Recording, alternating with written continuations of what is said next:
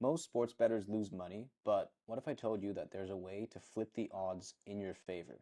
Because there's a secret playbook that the sports books don't want you to know. But today I'm going to show you exactly how sharp bettors use data to make money step by step. So I've been using OddsJam to consistently find profitable bets that generate positive returns without relying on gut feelings or picks, the things you see online.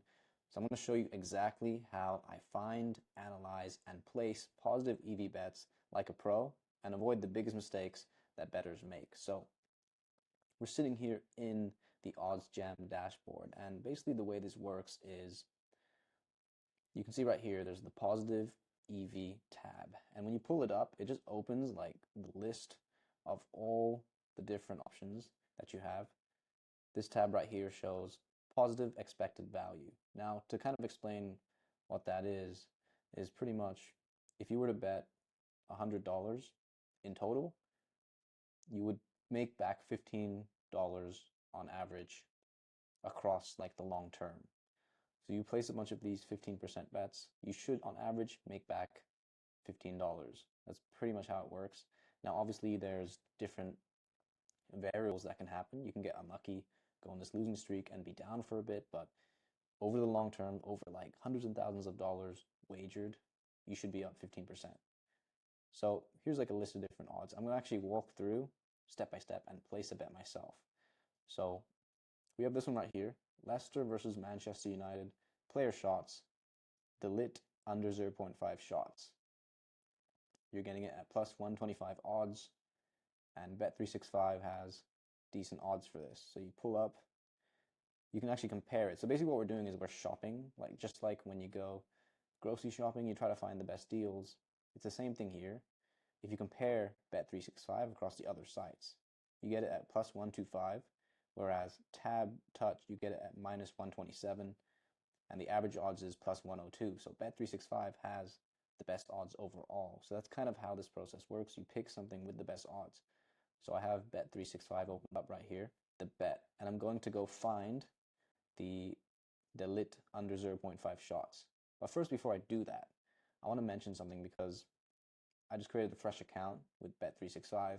But if they see you going in and just doing these positive expected value bets, you're going to get your account flagged super fast. So something I want to do is do a dumb bet. Now, I wrote like a quick guide on how to avoid getting limited by sports books because a lot of people run into the issue when you start profiting, they start getting banned. So how do I stop sports books from flagging or limiting me? Well, the truth is if you're consistently winning and only making sharp bets, they're going to notice and they aren't in the business of losing money, so they're going to ban you. But the good news is there are ways to fly under the radar and keep your accounts alive a little bit longer. The first step is to place a casual bet first, okay? When you open a new account, you don't want to go straight into hammering positive EV bets because that's a dead giveaway that you're a sharp bettor. So instead, I'm going to place a stupid casual bet first, something random, like a $10 bet on a mainstream player prop or a same game parlay. And this basically allows the sports book to profile my new account as a casual bettor, pretty much. So you want to make sure your first bet is not perfectly optimized. It's not this like legendary bet. You want it to be a dumbass bet, so they kind of let you go under the radar. So to do that, let's go back here. I'm a Newcastle United fan, so they're actually playing against Liverpool in the Carabao Cup final. Liverpool versus Newcastle. Now, I'm a Newcastle fan, so I'm thinking let's go for a Newcastle win, all right? I'm feeling good to lift the trophy, Newcastle.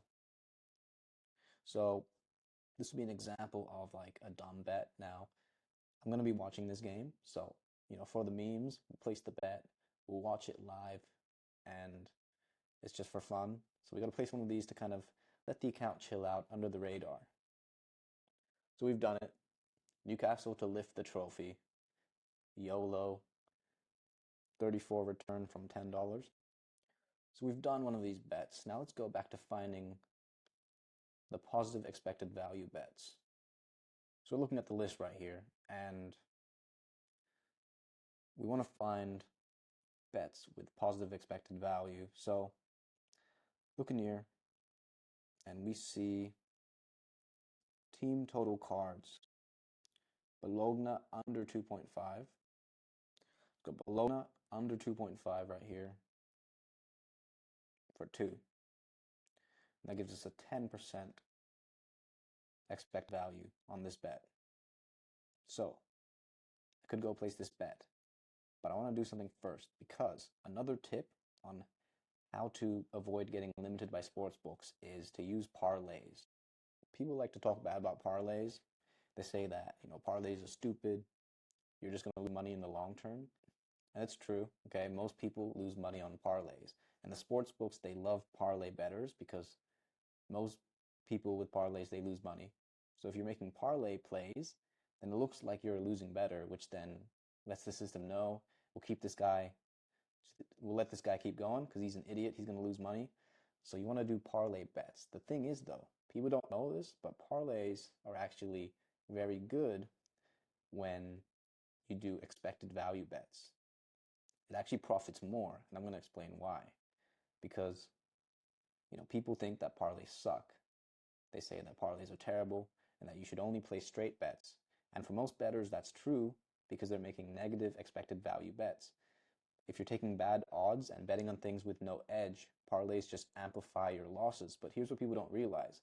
If you're only betting on positive EV plays, parlays are actually better than straight bets because EV compounds when you parlay bets together. So let's do the math. Let's say you have a 5% EV bet. That means if you place this bet over and over, you're expected to make 5% profit on average. Now let's parlay it with another 5% EV bet.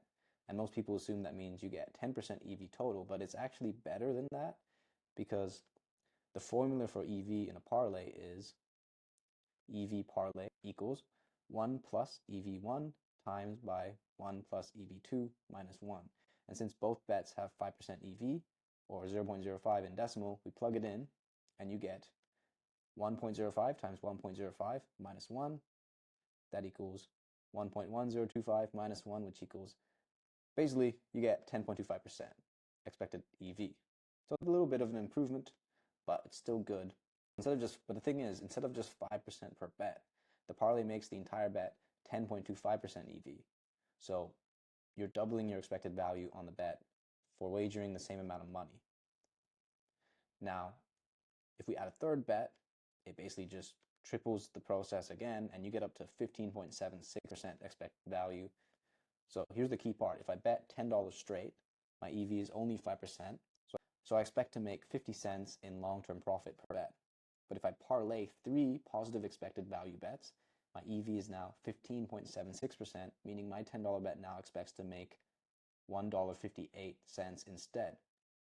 So that's 3 times the expected profit per dollar wagered without increasing the amount of money I'm risking. So that's why parlays are actually not bad. They're good. Obviously, there's more risk, so you're going to have to place more bets. And then in the long term, you're going to make more. But yeah, that's why parlays are actually good. So what I'm going to do, actually, now the reason I like parlays is because it kind of stops the betting websites from flagging you as a smart bettor. They think you're some idiot that does parlays, but the parlays are actually good. So it's like a win-win. It kind of stops you from getting flagged, but also they're really profitable. So let's go in there. Let's do a Bologna FC $2 under, or under 2.5, I mean, at 2. And let's throw in another one. So let's throw in this one, Bournemouth versus Brentford, Antoine Semenyo under 1.5 shots at 1.67. So pretty much we've gone to this one, Bologna FC under 2.5 cards at 2 right here. And then that's a 10.5% expected value. And we're also going for Antoine Semenyo under 1.5 at 1. Oh, it's actually higher odds now. 1.67. So my camera got messed up, but it's whatever. We got the Semenyo bet right here. So let's place that. $10 stake. And Let's go. So let's place it. Confirm bet. There we go. So just like that, I've placed a positive expected value bet, which should lead to profit in the long term.